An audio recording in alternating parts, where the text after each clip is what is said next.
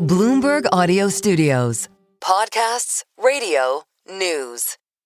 Chris Whalen is definitive on the American financial system. I'm standing surrounded by dinosaurs in Houston, and I'm going, I think I got Chris Whalen in a couple days. Must listen for Global Wall Street.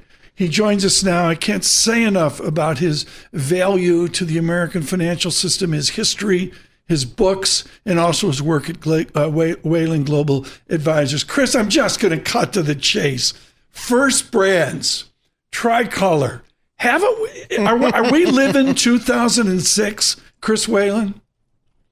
Yeah, and we're kind of repeating the same mistakes. You know, if you don't have a trustee to hold the paper, then you have double pledges of collateral. Remember Bear Stearns? Yeah, I'm familiar. Same thing. So it's called fraud. And, you know, the terms on a lot of deals in the past 10, 15 years have loosened in favor of the issuers to the disadvantage of investors. And First Brand is a case in point. Chris Whalen, there was no other question at my CFA meeting in Houston. No other question. What's the contagion? You're expert at the history of this. Come on. Is it like Continental Illinois? Is it like Bear Stearns, as you mentioned? What's a contagion factor in October of 2025? It's brewing. We won't really see it until we do. So the commercial side of the equation is where the problems are for the banks right now.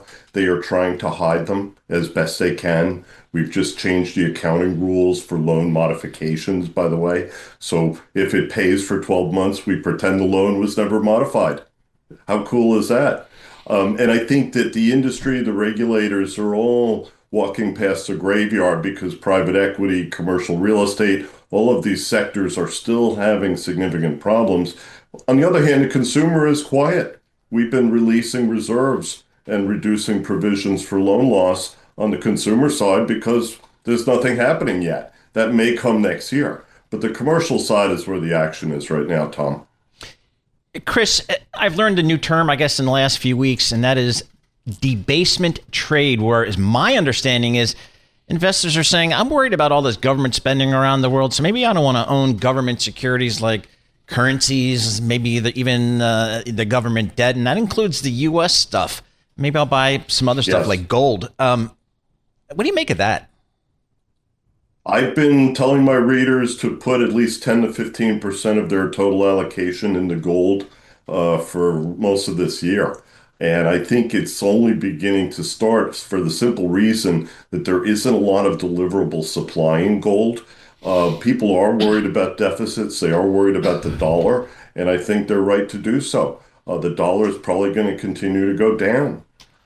We have structural problems in this country. You notice Chairman Powell is talking about continuing to shrink the balance sheet. Why? As Bill Nelson at Bank Policy Institute wrote this week, the Fed funds market may collapse thanks to the big balance sheet.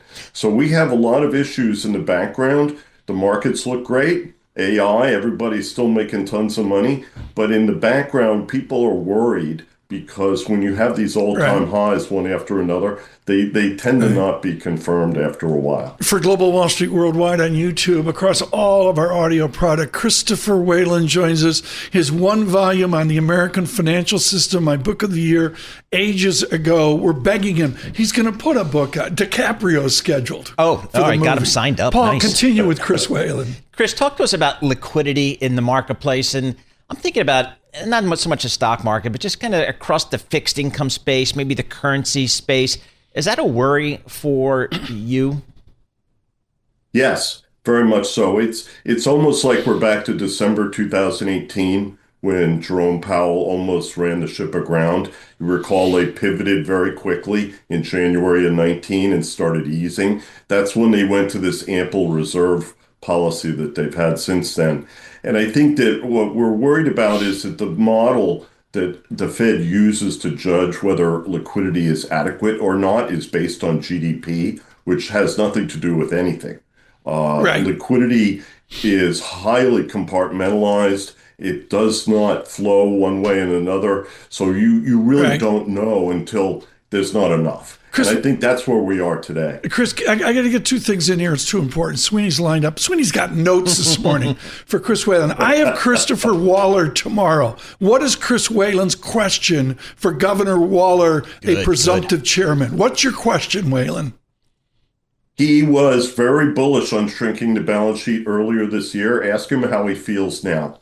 Ask him where the ground is now. I don't have to work. We're landing in the fog. We don't have an altimeter, okay? Where is the ground? Does he know? That's the key question. Brilliant. We'll try to get to that again. You're going to see that in the 9 o'clock hour tomorrow with Christopher Whalen, his speech at the Council on Foreign Relations, and then I will grill him as best I can. He's really quite... He's a prodigious intellect, folks, particularly on the game theory of central banking. Okay, Chris, let's go to it right now. I suggest that the major banks led by JP Morgan and Bank of America literally are hiding how profitable they are. In the Whalen history, back to Grandpa Whalen, great-great-grandpa Whalen was with Alexander Hamilton a few years ago. Chris Whalen, describe the profitability of this modern era of ginormous big banks.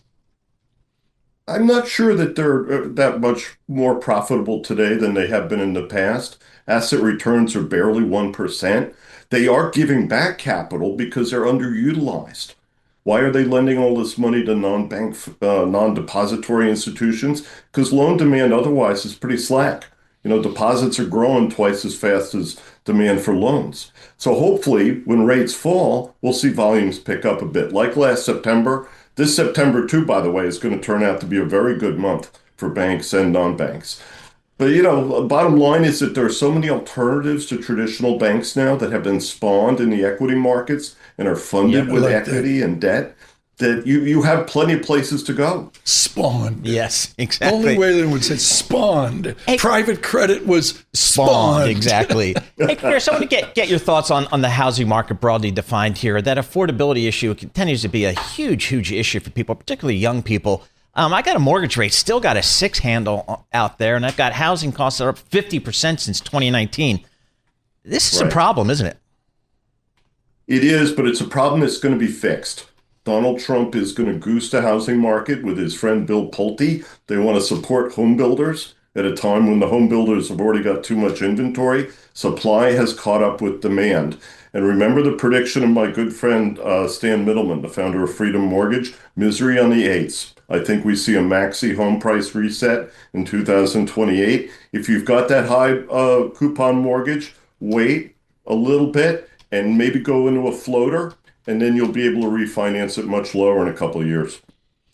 So, Chris, I guess the question is, there seems to be a housing shortage in this country. I'm not sure how we got there. How do you think that happened? In some parts of the country, not everywhere. Okay. Here in New York, in the blue states where we don't build, yes. It's astounding to me because this is a market that had very poor volumes before COVID. But the prices keep going up because nobody's building houses. Right. Down south, we have the opposite problem. In the Carolinas and Texas, Florida, we are up to our earlobes in supply. Right. Michael Barr wants equal time. Chris Whalen, quickly here. Every bratty undergraduate wants to know, when's a new book come out? Well, the second edition of Inflated is out, of course. And I did that for you. David Kotok did the introduction, by the way. Very cool. And we're working on a gold book for next year, which will be great fun. Very good. He'll probably talk to Ike Green. That's the way Chris Whalen rules. Christopher Whalen, thank you so much. I can't say enough, folks, the importance of his skepticism about some of the verbiage of our financial system.